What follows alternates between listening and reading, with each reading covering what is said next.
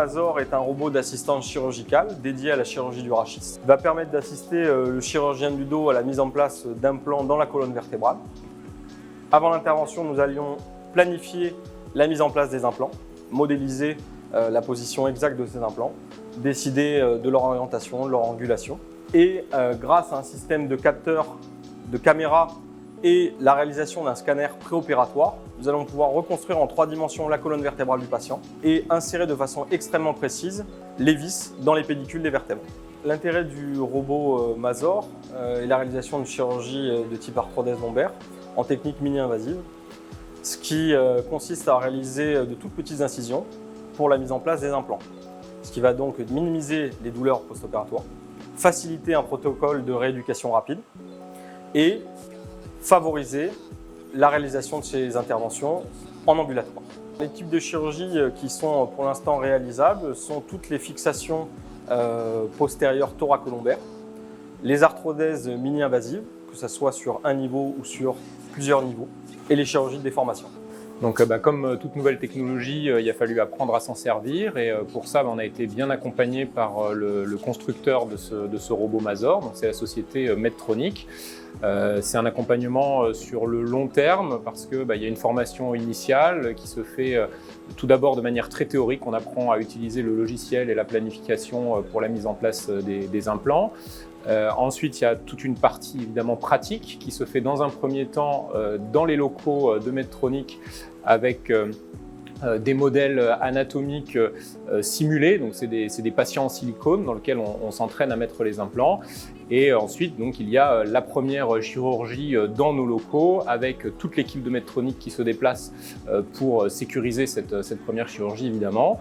Ils sont également présents pendant une longue période de plusieurs mois après le lancement du robot pour que toutes les équipes, que ce soit les praticiens ou les infirmières ou l'ensemble du personnel de bloc se sentent à l'aise avec cette nouvelle technologie.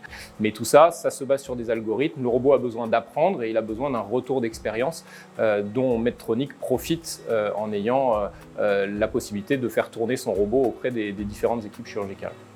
Concernant notre retour d'expérience, nous sommes actuellement à près de 30 chirurgies réalisées sous assistance robotique dans le service.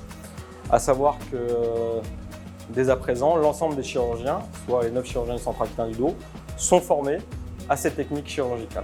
Alors mon rôle en tant qu'infirmière circulante, c'est de vérifier les implants, le matériel nécessaire pour la chirurgie et la bonne installation des salles. On participe à la sécurité du patient, de sa rentrée en salle d'intervention jusqu'à sa sortie en salle de réveil. Et on participe aussi au bon déroulement des chirurgies. Par rapport au Mazor, on s'occupe donc de faire les tests de démarrage. Puis ensuite, on fixe le Mazor à la table une fois que le patient est installé. On s'occupe aussi de voir le bon fonctionnement de la navigation jusqu'à la fin de la chirurgie. On s'occupe aussi de ranger le robot en prenant soin de valider tous les icônes de fermeture. Alors, on a été formé sur 3 jours. 2 jours où on est parti en Belgique en centre de formation à Orly. Ces 2 jours, il y a eu l'équipe chirurgicale et les infirmières qui ont été formées séparément.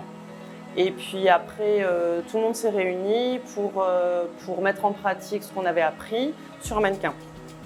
Voilà. Et le 3e jour, c'est passé à la clinique Saint-Martin à Pessac, dans salle d'intervention, où on a appris à mieux s'organiser dans un espace qu'on connaissait. On a eu vraiment un travail en cohésion avec l'équipe chirurgicale, il y a eu de l'écoute, de la confiance.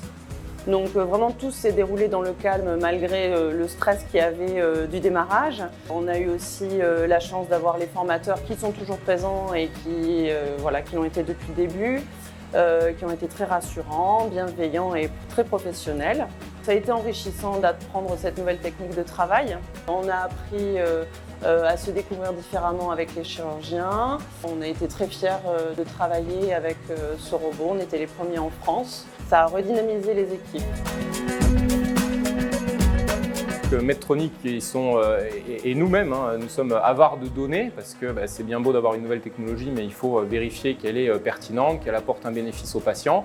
Et ça, comme toute étude médicale, ça se mesure au sein d'une étude clinique où on va sur un certain nombre de patients faire des mesures préopératoires, post-opératoires, voir s'il y a une très bonne corrélation entre ce qu'on avait prévu avant la chirurgie et ce qu'on a réussi à réaliser avec le robot. Et donc ça, c'est une étude qui va se dérouler sur plusieurs mois, dont on pourra publier les résultats, ce qui est un avantage pour nous les praticiens et pour la structure qui nous accueille, mais également pour le constructeur qui aura donc des données fiables sur lesquelles se baser pour d'éventuelles nouvelles applications.